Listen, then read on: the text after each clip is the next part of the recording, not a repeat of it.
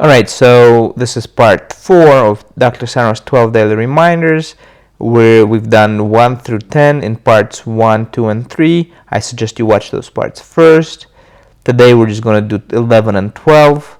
And these last two reminders they just sum up everything that all the previous reminders and everything you've read in the books by Dr. Sarno. So number 11 is, I intend to be in control, not my subconscious mind.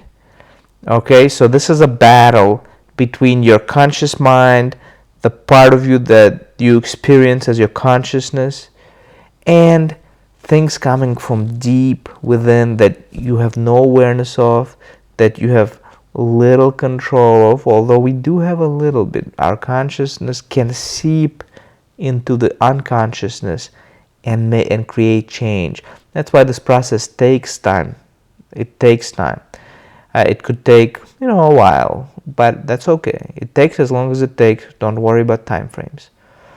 So it's a battle between your conscious mind and your unconscious mind, and you will find yourself getting sucked in to being concerned about symptoms and worrying and just sort of losing, going off the path. And that's okay. Forgive yourself. That's going to happen. That's guaranteed to happen. It's impossible to have a perfect recovery. It's impossible to just be so perfect and just never be concerned about symptoms again because you just read it and whatever, and they're not dangerous. Of course, they're so unpleasant, they're so gripping, but know that it's just a constant battle between your conscious mind that now has this understanding, that has now been enlightened, understands where the symptoms come from, understands they're not dangerous, and your unconscious mind that is concerned, that is threatened by all these emotions that have been unprocessed, that's worried that, oh my God, if these emotions come up to consciousness, I'm not going to survive. Because maybe when I was a kid, I had to suppress these emotions because my parents didn't like it when I cried, or whatever other thing, my coach, I was bullied, and if I whatever, it could be a million different configurations. But now you're an adult and you know that these things are not dangerous, and you can teach your brain, your unconscious mind, by exerting conscious effort, by talking to yourself in certain ways and doing things like that. So number 11 is, I intend to be in control, not my subconscious mind.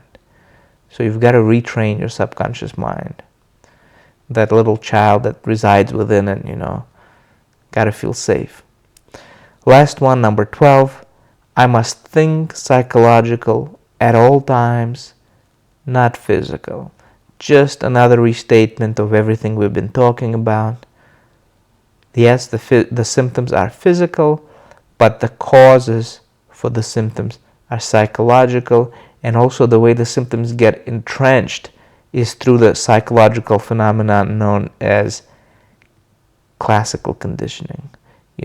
You begin to associate symptoms with activity or certain kinds of activity, with sitting, with walking, with whatever, sitting in a certain posture, bending down, a million different things, with weather, with certain rooms or whatever settings.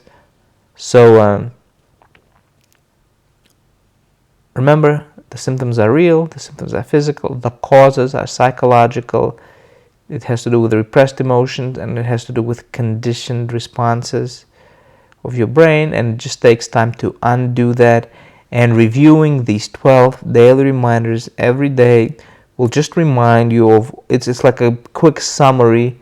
It's like reviewing your notes before an exam, and every day is an exam for you nowadays. It's an exam that your unconscious mind gives you. It's trying to suck you back in. It's into being concerned over symptoms. And the way you pass the exam is that you remind yourself that you know what's going on, that you shift your attention from the physical sphere, from the symptoms, to the emotional sphere, like we discussed, and that's how you pass the exam. And you don't have to be perfect. You're allowed to make as many mistakes as you like, as long as you just continue to do it step by step. You can stumble, you can do whatever, it's fine. There's no need for perfection. It's going to be okay anyway. It's just all of this is temporary. All these symptoms, all this suffering that you've been going through, that I've been going through, it's temporary. And it's vanishing bit by bit. And even when it feels like no progress is happening, as long as you're doing the work, as long as you're teaching yourself as long as you're deconditioning yourself from the symptoms, exposing yourself to activity, to things you fear, and then when the symptoms come up, you're saying, it's okay, I know what's going on. As long as you're doing that, and as long as you're hopefully journaling, or maybe speaking into a recorder and exploring stuff from your childhood, your personality traits, your daily living stressors, in an emotionally charged way, you're exploring all the emotional stuff associated with all that. As long as you're doing all that, you're going to be okay. It's going to take as long as it takes. And I'm saying this to you, and I'm saying this to myself, because I'm still going through this process. I'm doing so much better, but I still have a bit of work to do, because my brain hasn't fully comprehended yet that I'm okay, and that I know that I'm okay, and that I'm comfortable with these emotions and exploring them, and they're not threatening in reality. So that's it. Either review these reminders written down on paper, just read them over, or what I prefer to do is I like the audiobook, and I like to listen to Dr. Sarno in my ear, talking to me every day, reminding these things. Now I've adjusted these reminders, like I've discussed in these videos, how I think about these reminders. I've expanded them to the symptoms that I have, such as CFS and fibromyalgia type symptoms, and I've sort of given you my perspective on them. I'd love to hear your comments. What do you listen to the daily reminders or review them every day?